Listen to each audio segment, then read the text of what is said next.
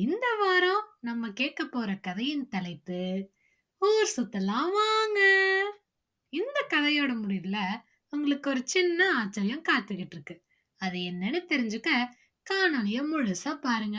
மறக்காம நம்ம சேனல் காஃபார் கதைய சப்ஸ்கிரைப் பண்ணிக்கோங்க. இந்த கதையோட முக்கிய கதாபாத்திரத்தோட பேரு புவனா என்கிற பூவி. இந்த வார்த்தைக்கு உலகம் அப்படின்ற ஒரு அர்த்தமும் உண்டு. பேருக்கு ஏத்த மாதிரி பூவி ஒரு பெரிய பத்திரிக்கையில நிருபரா வேலை பார்க்கறாங்க. அது மட்டும் அல்லாம பயண கட்டுரைகளை தொகுக்கிறதும் எழுதுறதும் தான் அவங்களோட முக்கிய வேலையே. அதுக்காக அவங்க வந்திறங்கின நாடு ஜப்பான். இறங்கின நகரம் மாநகரம் டோக்கியோ.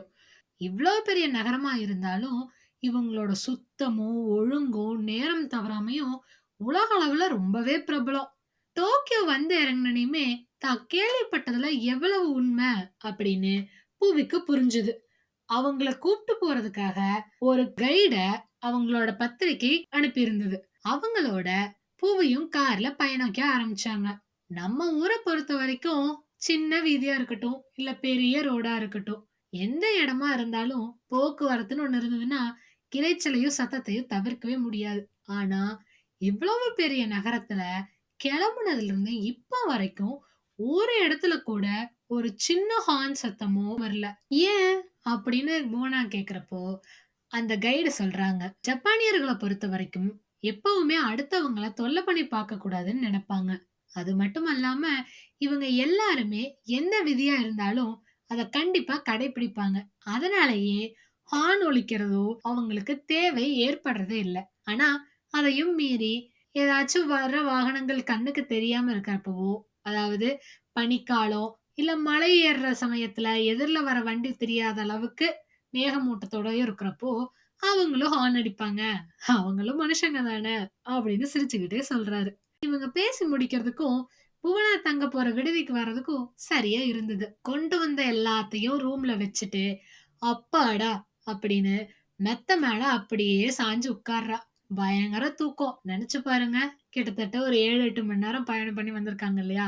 நல்லா தூங்கி எந்திரிச்சு குளிச்சுட்டு, சரி நம்ம ஊர்ல இருக்க மாதிரி கோயிலுக்கு போயிட்டு பயணத்தை ஆரம்பிக்கலாம் அப்படின்னு சொல்லிட்டு அசகுசால இருக்க சென்சோஜி கோயிலுக்கு கிளம்புனாங்க. டோக்கியோன்ற நகரத்துல போய் கோயிலுக்கு போறாங்களா அப்படின்னு யோசிக்கிறீங்களா? கோயில் தான், ஆனா புத்தர் கோயில். ஜப்பானை பொறுத்த வரைக்கும் மிகப்பெரிய மதங்கள்னு பாத்தீங்கன்னா ஷின்டோவும் புத்த மதமும் தான். ஷின்டோங்கிறது முன்னோர் ஆன்மாக்களையும் இயற்கை அம்சங்களையும் வழிபடுற ஒரு முறை. புத்த மதம் சைனா கொரியா மூலியமா ஜப்பானுக்கு வந்துருச்சு. சென்சோஜி கோயில் வந்து 7ஆம் நூற்றாண்டின் முற்பகுதியில கட்டப்பட்டது. இங்க இருக்கிற சுமீதா நதியில அண்ணன் தம்பி 2 பேரு மீன் பிடிச்சுக்கிட்டு இருந்தாங்க. வலைய விரிச்சிட்டு ரொம்ப நேரமா மீன் வரும் வரும் வரும்னு காத்திருந்தாங்க. பாவம், அவங்களுக்கு அந்த அன்னைக்கு மீனே கிடைக்கல. சரி, இன்னைக்கு நாள் இப்படிதான் போல அப்படின்னு நினைச்சிட்டு இருக்கப்போ வலை அசைற மாதிரி இருந்துச்சு. அப்படியே லபக்குன்னு இழுக்கிறப்போ வந்து விழுந்தது மீன் இல்ல, சிலை. அது என்னன்னா உங்க 2 பேத்துக்கும் தெரியவே இல்ல. சரி, இத யாராவது பெரிய மனுஷங்க கிட்ட காமிச்சாதான் என்னன்னு தெரியும் அப்படின்ட்டு 2 பேரும் அந்த சிலையை எடுத்துக்கிட்டு ஊர் தலைவர்கிட்ட எடுத்துட்டு போறாங்க. அவரு பார்த்து மெய் மறந்து போயிட்டாரு. அவருக்கு தெரிஞ்சிருச்சு அது வந்து போதிசத்வா சிலைன்னு. போதிசத்வானா புத்த மதத்துல ஞானத்தை அடைஞ்சவங்க தான். ஆனா மத்த மக்களும் அந்த ஞானத்தை அடையறதுக்கு இவங்க வழிகாட்டுவாங்க. அத பார்த்த உடனேவே அவரு முடிவு பண்ணிட்டாரு. அந்த சிலைய அவங்க வீட்டுல வச்சு வழிபட ஆரம்பிச்சாரு. அந்த வீட்டையே கோயிலாவும் மாத்திட்டாரு. அது மட்டும் அல்லாம தானும் புத்த மதத்தை தழுவிட்டாரு. பிற்காலத்துல எத்தனையோ அரசாங்கங்கள், எத்தனையோ மக்கள், மன்னர்கள் வந்தாலும் இந்த கோயிலை வழிபடுறது மட்டும் மாறவே இல்லை. இப்பவும் அது பண்பாட்டு கலாச்சார அடையாளமா திகழ்ந்துகிட்டு வருது. கிட்டத்தட்ட இத பாக்குறதுக்கு மட்டுமே வருஷத்துக்கு 3 கோடி பேர் வந்து போறாங்கன்னா பாத்துக்கோங்களேன். கோயிலை நல்லா சுத்தி பார்த்துட்டு அங்க இருக்கிற சிலைகளோட அழகையெல்லாம் ரசிச்சுட்டு நம்மளோட புவனா போன இடம் டோக்கியோ ஸ்கை ட்ரீ. இதுதான் உலகத்திலேயே மிக உயரமான தனிச்சு நிற்கக்கூடிய ஒளிபரப்பு கோபுரம். உயரம் மட்டும் 634 மீட்டர். அது மட்டும் அல்லாம ஜப்பானியர்கள் என்னைக்குமே எவ்வளவுதான் வளர்ச்சி அடைஞ்சாலும் தங்களோட பாரம்பரியத்தை காக்குறதுலயும் ரொம்ப புகழ் பெற்றவங்க. அதே மாதிரிதான் இந்த கோபுரமும்.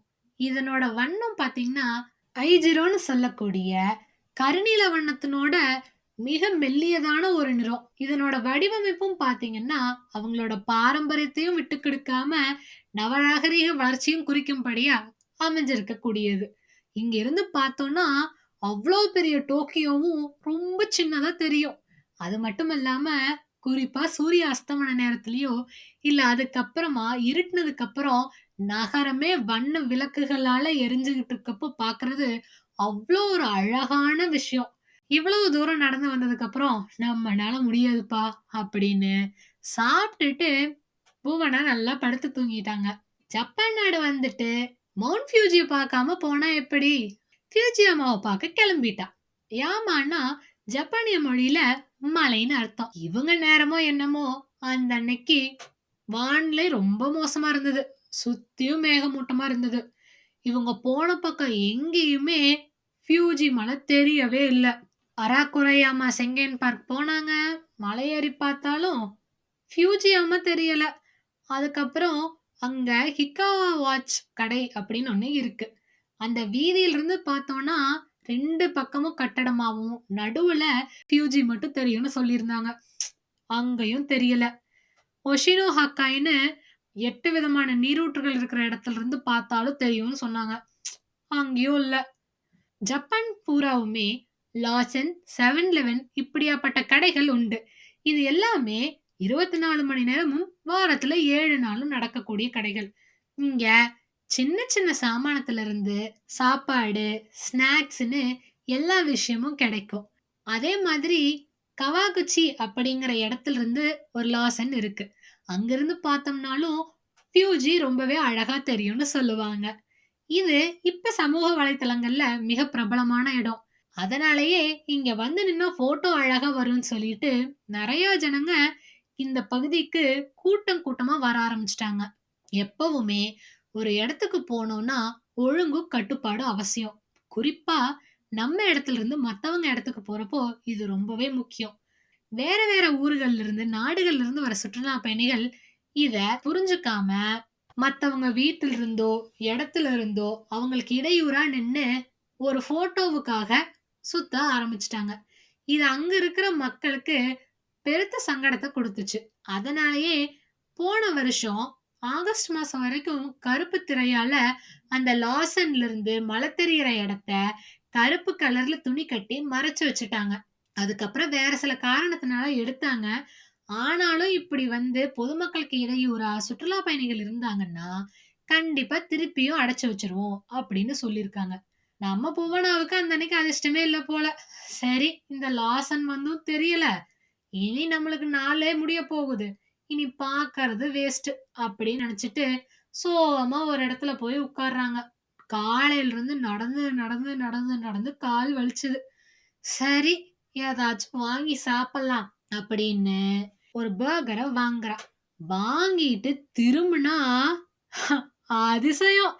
கொஞ்ச நேரத்துல மேகமெல்லாம் கலைஞ்சு போய் பியூஜியாம தெரிஞ்சுது. அப்படியே நீல நிற வண்ணத்துல ஒரு ஐஸ்கிரீம்க்கு மேல அழகா ஒரு செரி பழம் வச்ச மாதிரி நீல வண்ண மலையில வெள்ளை நிற பனியோட அவ்வளோ அழகா தெரிஞ்சது. இவ்வளோ தூரத்துல இருந்தாலும் பெரிய மலைங்கிறதுனால கண்ணுக்கு முன்னாடி அவ்வளோ பிரம்மாண்டமா தெரிஞ்சது. ஒரு நிமிஷம் அப்படியே புவனாவுக்கு கண்ணெல்லாம் கலங்கிருச்சு. அடடா! இத பாக்குறதுக்காக ஒரு நிமிஷம்னா கூட இந்த அளவுக்கு கஷ்டப்படலாம். தப்பில்ல அப்படின்னு தோணுச்சு. பக்கத்துல இருந்தவங்கள கூப்பிட்டு தன்னோட போன கொடுத்து அழகழகா சுத்தி சுத்தி போட்டோ எடுத்துக்கிட்டா. சரி, திருப்பி மலைய மட்டும் ஒரு போட்டோ எடுக்கலான்ட்டு திரும்பினா அவ்வளவுதான்.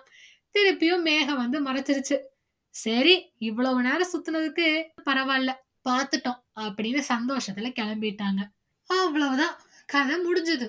என்னது, கதை முடிஞ்சதா? முதல்லயே சொன்னேன்ல உங்களுக்கு ஒரு சின்ன ஆச்சரியம் இருக்குன்னு. அது என்னன்னு சொல்லட்டுமா? இனிமே மாசம் மாசம் 2வது 4வது சனிக்கிழமைகள்ல நம்மளோட கதைகள் எல்லாமே பயண கதைகளா இருக்கும். அதனால திருப்பியும் புவனாவோட நம்மளும் பயணிக்க போறோம். ஓகே, எல்லாரும் போய் நல்லபடியா படுத்து தூங்குங்க.